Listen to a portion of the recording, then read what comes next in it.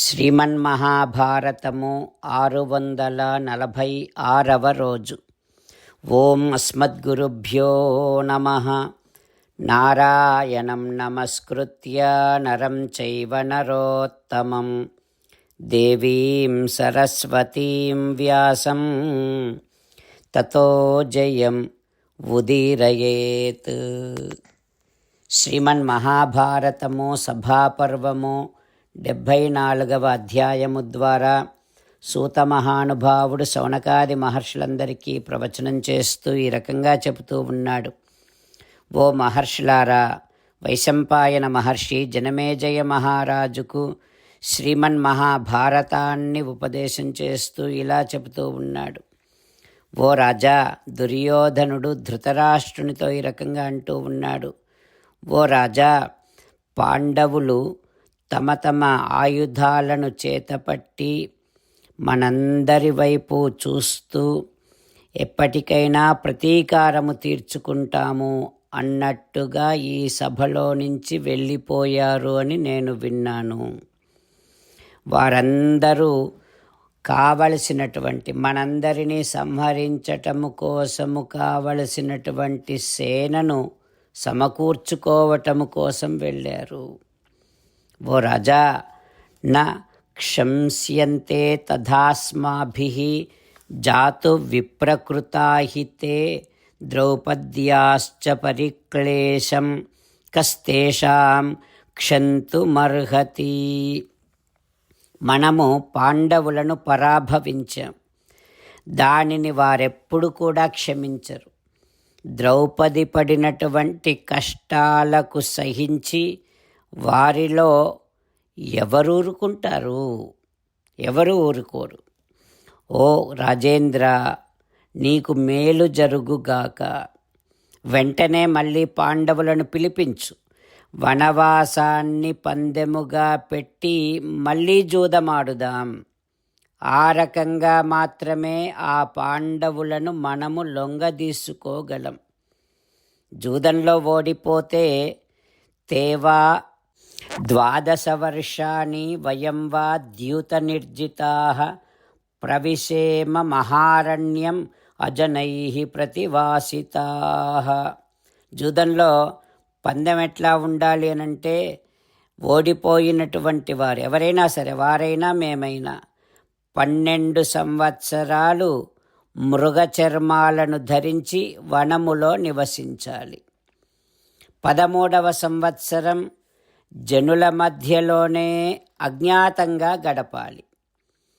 ఆ అజ్ఞాతవాసము కనుక భంగమైతే మళ్ళీ 12 సంవత్సరాలు అరణ్యములో నివసించాలి. ఈ పందెం వారికి మాకు, వారైనా మేమైనా ఈ పందెముతోనే జూదమాడుతాం. అందుకని ఓ రాజా, మళ్ళీ పాండవులను పిలిపించవా. ఇదే మనకు సర్వోత్తమ కర్తవ్యం. మన దగ్గర శకుని ఉన్నాడు. శకుని అక్షవిద్యలో ఆరితేరినటువంటి వాడు. వారిని పాండవులను పిలిపించు, వారిని ఓడిద్దాం, మన సైన్యాన్ని పెంచుకుందాం, మన రాజ్యాన్ని గట్టి చేసుకుందాం. ఓ తండ్రి, జూదములో వారు ఓడిపోయి 12 సంవత్సరాలు అరణ్యవాసము, 13వ సంవత్సరము అజ్ఞాతవాసము కూడా విజయవంతముగా గడిపి కనుక వారు వెనక్కి వస్తే అప్పుడు మనము యుద్ధం చేద్దాం. యుద్ధములో వారిని ఓడిద్దాం. తండ్రి, ఇది మీకు నచ్చుతోందా? ఈ ఉపాయము మీకు నచ్చుతుందా అని దుర్యోధనుడు ధృతరాష్ట్రునితో చెబుతూ ఉన్నాడు. ఆ తర్వాత ఏం జరుగుతుందో రేపు తెలుసుకుందాం. జై శ్రీమన్నారాయణ. జై శ్రీమన్నారాయణ. అమ్మా నాన్నలకు సాష్టాంగ నమస్కారం చేద్దాం. మన ఆచార్యవర్యుల శ్రీచరణారవిందములకు సాష్టాంగ నమస్కారం చేద్దాం. శ్రీ వేదవ్యాస మహర్షుల వారి దివ్య పాదారవిందములకు సాష్టాంగ నమస్కారం చేద్దాం. శ్రీ విఘ్నేశ్వర స్వామి వారి శ్రీచరణారవిందములకు సాష్టాంగ నమస్కారం చేద్దాం. శ్రీమన్మహాభారత గ్రంథరాజమునకు శిరస్సు వంచి నమస్కరిద్దాం. శ్రీకృష్ణ భగవానుని శ్రీచరణారవిందములకు సాష్టాంగ నమస్కారం చేద్దాం. మన హృదయ మందిరములోనే అంతర్యామిగా వేంచేసి ఉన్నటువంటి శ్రీమన్నారాయణుడిని సేవిస్తూ మనని మనము స్వామికి సమర్పించుకుంటున్నామనే భావనాపూర్వకముగా సాష్టాంగ నమస్కారము చేస్తూ స్వామి నామ సంకీర్తన చేద్దాం. శ్రీమన్నారాయణ నారాయణ నారాయణ శ్రీమన్నారాయణ నారాయణ నారాయణ. శ్రీమన్నారాయణుడే శ్రీకృష్ణ భగవానుడిగా వచ్చి మనందరికీ భగవద్గీతను ఇచ్చి మనందరినీ ఒక 8 పనులు చేయమని చెబుతూ ఉన్నాడు. అందుకని భగవన్ తప్పకుండా చేస్తామంటూ మనం ప్రతిరోజు ఈ రకంగా మాట ఇద్దాం. హో శ్రీమన్నారాయణ కరిష్యే వచనం తవ సర్వం శ్రీకృష్ణార్పణమస్తు. జై శ్రీమన్నారాయణ. జై శ్రీమన్నారాయణ. భక్తులకు ప్రత్యేకమైనటువంటి విజ్ఞాపన.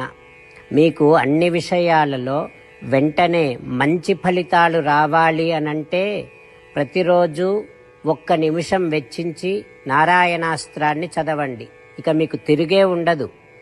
నారాయణాస్త్రాన్ని పొందడానికి మీరేం చేయాలంటే నారాయణాస్త్రం అనే వెబ్సైట్కి వెళ్ళి మీ పేరు మీ ఈమెయిల్ ఇస్తే మీ ఈమెయిల్కి నారాయణాస్త్రం PDF వస్తుంది. అందులో ఒక రామాయణ శ్లోకం, ఒక గీతా శ్లోకం, ఒక విష్ణునామం ఉంటాయి. ఆ 3 కలిపి నారాయణాస్త్రం అంటాం. ప్రతి ఒక్కరికి వేరువేరు శ్లోకాలను ఇస్తున్నాం. ఆ రకంగా ఎవరి శ్లోకాన్ని వారు ప్రతిరోజు తప్పనిసరిగా చదవటం వలన ప్రతిరోజు ప్రతి 24,000 భక్తులతో ఒకసారి సంపూర్ణ రామాయణ పారాయణ, 33 సార్లు శ్రీమద్ భగవద్గీత పారాయణ, 24 సార్లు శ్రీ విష్ణు సహస్రనామ స్తోత్ర పారాయణ జరుగుతుంది. ప్రతి ఒక్కరికి అంతటి విశేష ఫలితము ప్రతిరోజు లభిస్తుంది. అందుకని మీరు మీ కుటుంబ సభ్యులు అందరూ ఒక్కొక్కరు ఒక్కొక్క నారాయణాస్త్రాన్ని వెంటనే పొందండి.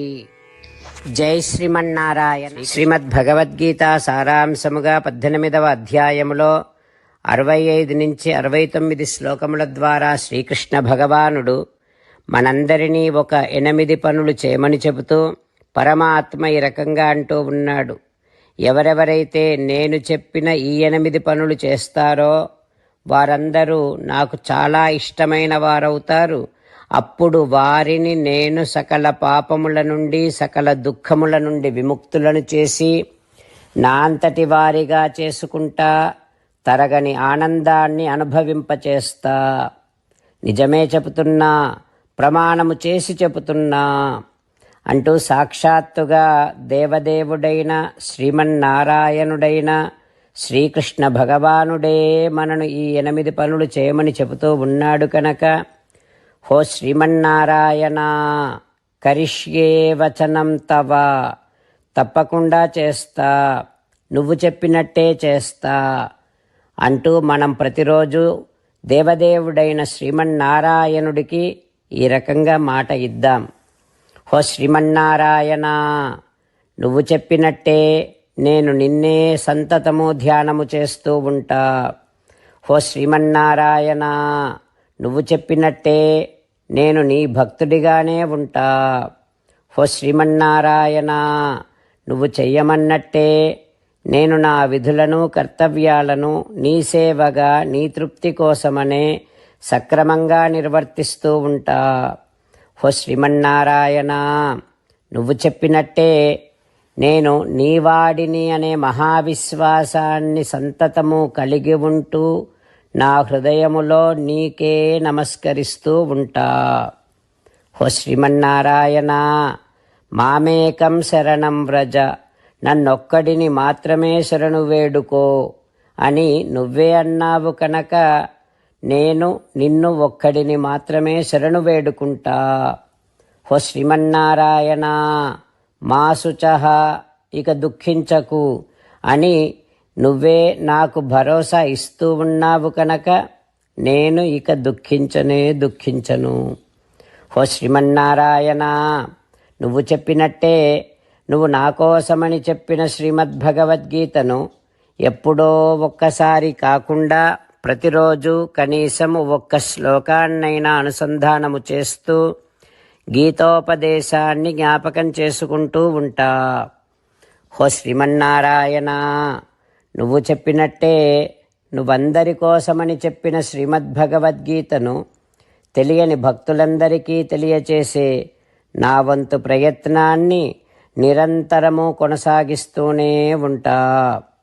ఓ శ్రీమన్నారాయణ, నేను నువ్వు చెప్పినట్టే చేస్తా, నీకు నచ్చినట్టే ప్రవర్తిస్తా, నీకోసమే పని చేస్తూ ఉంటా. కరిష్యే వచనం తవ. సర్వం శ్రీకృష్ణార్పణమస్తు. జై శ్రీమన్నారాయణ.